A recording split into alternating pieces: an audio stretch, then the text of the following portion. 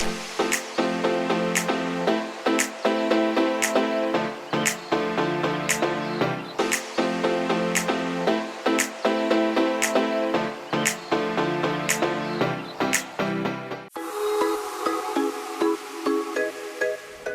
les amis et bienvenue dans un nouvel épisode de C'est quoi ton métier? Aujourd'hui nous partons à la rencontre d'un luthier archetier qui va nous faire découvrir son métier. Pour cela il nous a donné rendez-vous à l'atelier Laroque. C'est parti, venez avec moi.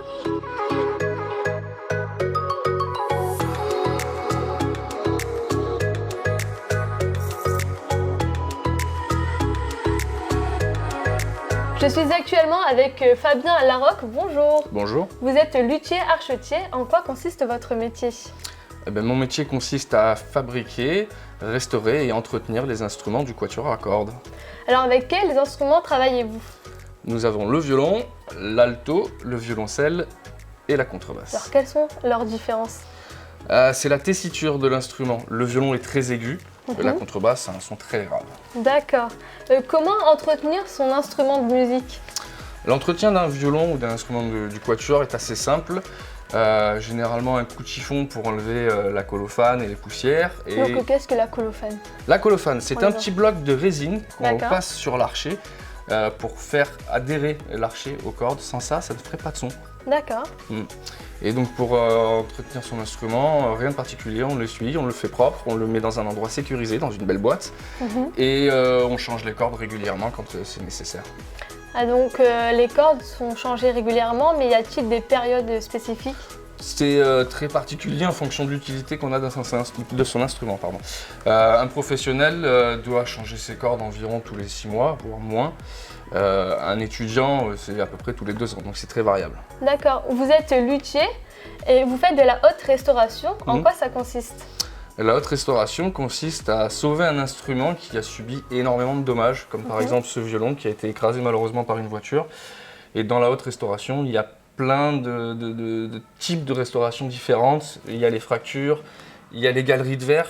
Quand l'instrument est mangé par les vers, ça c'est très compliqué. Par l'animal? Oui, par l'animal. Il y a aussi les retouches de vernis, c'est très particulier également. D'accord. Pouvez-vous nous expliquer une étape de la restauration, de la haute restauration? Par exemple pour ce violon. Le recollage de fractures, un instrument qui est cassé, il va falloir recoller les 2 parties qui sont séparées. Donc ici, il ne reste plus que cette partie, c'est ça? L'autre partie est là-bas et il faut reconstituer petit à petit l'instrument avec les bouts de bois qui nous restent. Alors avec quels outils travaillez-vous? Des outils très simples, le canif, le rabot, la lime, la scie, la râpe, des choses comme ça. Pouvez-vous nous expliquer un peu l'utilité de ces outils? Alors, le rabot va être pour faire une surface très plane, par exemple pour le joint de table qui est ici. Le canif va être pour sculpter, par exemple le F, la barre d'harmonie, incruster le filet qui se trouve ici. Nous avons les limes et les râpes qui sont faits pour dégrossir certaines parties de l'instrument. Alors de quoi est composé un violon et avec quel matériau? Le violon est construit généralement avec de l'épicéa pour la table d'harmonie et de l'érable pour la couronne d'éclisse et le fond. Vous faites également de l'expertise. En quoi ça consiste? Alors l'expertise consiste à identifier et déterminer un instrument, où il a été fabriqué, par qui, à quelle période. D'accord. Et justement, quelles sont les différentes étapes pour expertiser un instrument? Il n'y a pas vraiment d'étape pour expertiser un instrument. Principalement, c'est l'œil du luthier qui pourra dire de quelle période il est, de quelle école il est fait. Après, pour approfondir l'expertise, on a des références très poussées, des bouquins, beaucoup de documents.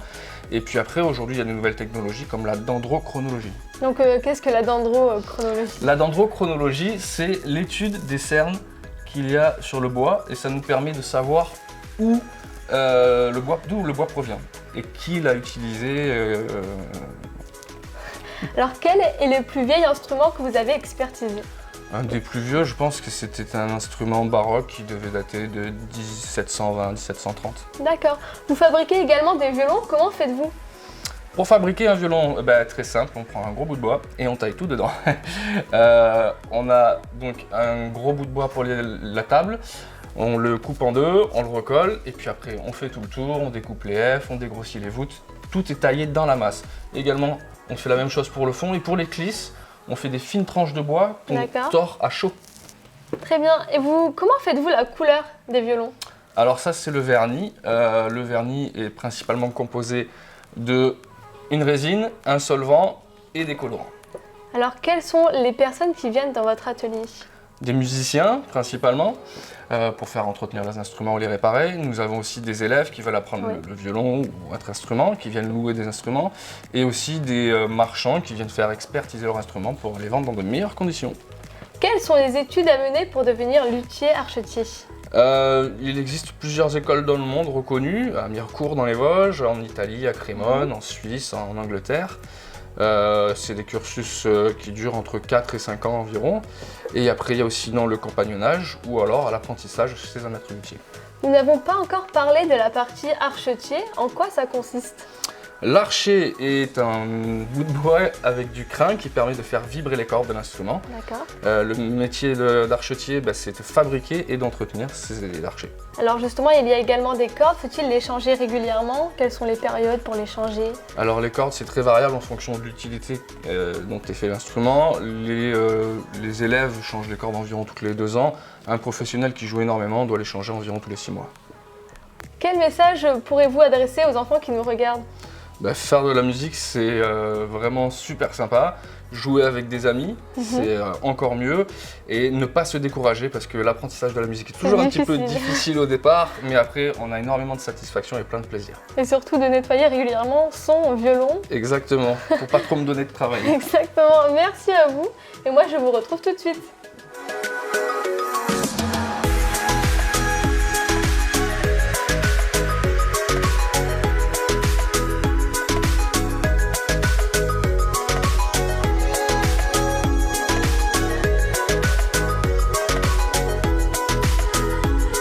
Les amis, vous venez de découvrir le métier de luthier archetier. Je remercie Fabien Larocque de nous avoir fait découvrir son métier. Moi, je vous dis à bientôt dans un nouvel épisode. Bye! Vous avez bien suivi l'émission? C'est parti pour le quiz!